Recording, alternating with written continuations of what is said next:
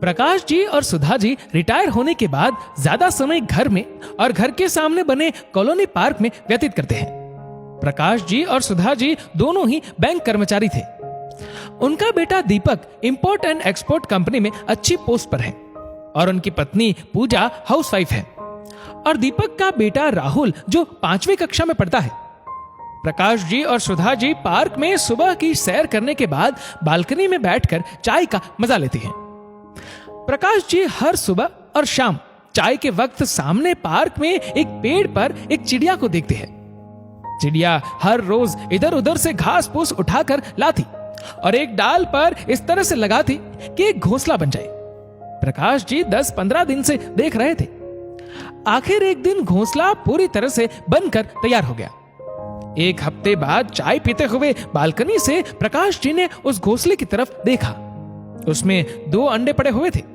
प्रकाश जी ने यह दृश्य सुधा जी को भी दिखाया और फिर कुछ दिन बाद रेखा उन अंडों से चिड़िया के बच्चे बाहर आ चुके थे और वह चहचहा रहे थे। उनकी माता बाहर से बच्चों के लिए भोजन लाती और उनके मुंह में डालती। कुछ ही दिनों बाद बच्चे इतने बड़े हो गए कि वह खुद उड़कर अपना भोजन तलाश सकते थे। कुछ दिन तक तो चिड़िया और बच्चे उसी घोंसले में आते जाते रहे। फिर काफी दिन से प्रकाश जी देख रहे थे कि ना तो चिड़िया घोंसले में आ रही है और ना ही उसके बच्चे। घोंसला वीरान सा उस पेड़ पर पड़ा है। प्रकाश जी ने सुधा जी से कहा, क्या इंसानी जिंदगी भी ऐसी ही होती है? हम घर बनाते हैं, हमारे बच्चे उस घर में बड़े होते हैं और एक दिन वह घर छोड़कर कहीं और रहने चले जाते हैं।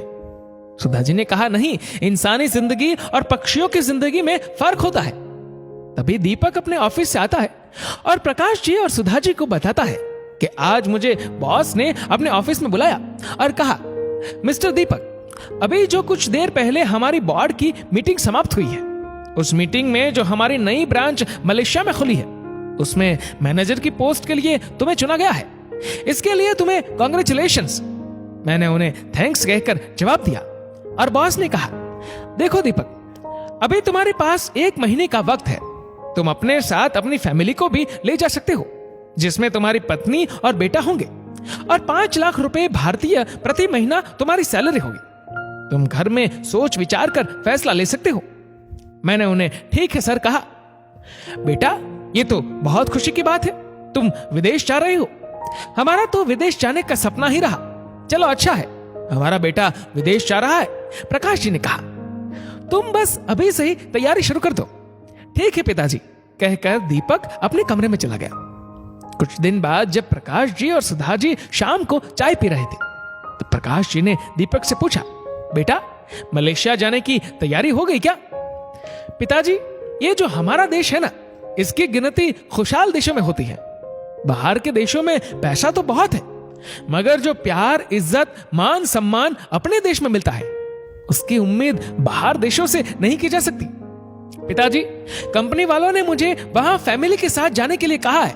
उनके मुताबिक फैमिली में मेरी पत्नी और मेरा बेटा। मगर पिताजी, मेरी फैमिली में सबसे ऊपर आप और माताजी है। आप दोनों के बिना मेरी फैमिली अधूरी है। मैं आपको और माताजी को यहां अकेला छोड़ विदेश नहीं जाना चाहता। वह बच्चे नसीब वाले होते हैं जिनके सर पर माता पिता का हाथ और साथ हमेशा बना रहता है। पैसा जिंदगी में सब कुछ नहीं होता। माता पिता के रूप में जो दौलत मेरे पास है, वह नसीब वालों के पास ही होती है। और आपने जो मुझे संस्कार दिए हैं, वह भी मुझे इजाजत नहीं देते।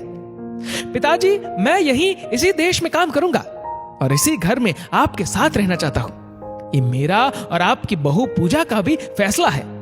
ये कहकर दीपक अपने कमरे में चला गया। प्रकाश जी और सुधा जी एक दूसरे की तरफ देखने लगे, जैसे उनकी आंखें कह रही हो, पक्षियों की जिंदगी और इंसानों की जिंदगी में फर्क होता है। ये घोंसला इंसानों का है। इंसान के घोंसले में रौनक सदा बनी रहती है। दोस्तों, इस वीडियो को लेकर आपकी क्या राय है, नीचे कमेंट करके जरूर बताएगा। और अगर आपको वीडियो अच्छा लगा हो तो इस वीडियो को लाइक करेगा, शेयर करेगा ज्यादा से ज्यादा लोगों तक। और ऐसे ही और भी इंस्पिरेशनल वीडियोस के लिए हमारा फेसबुक पेज आज ही फॉलो करें। धन्यवाद।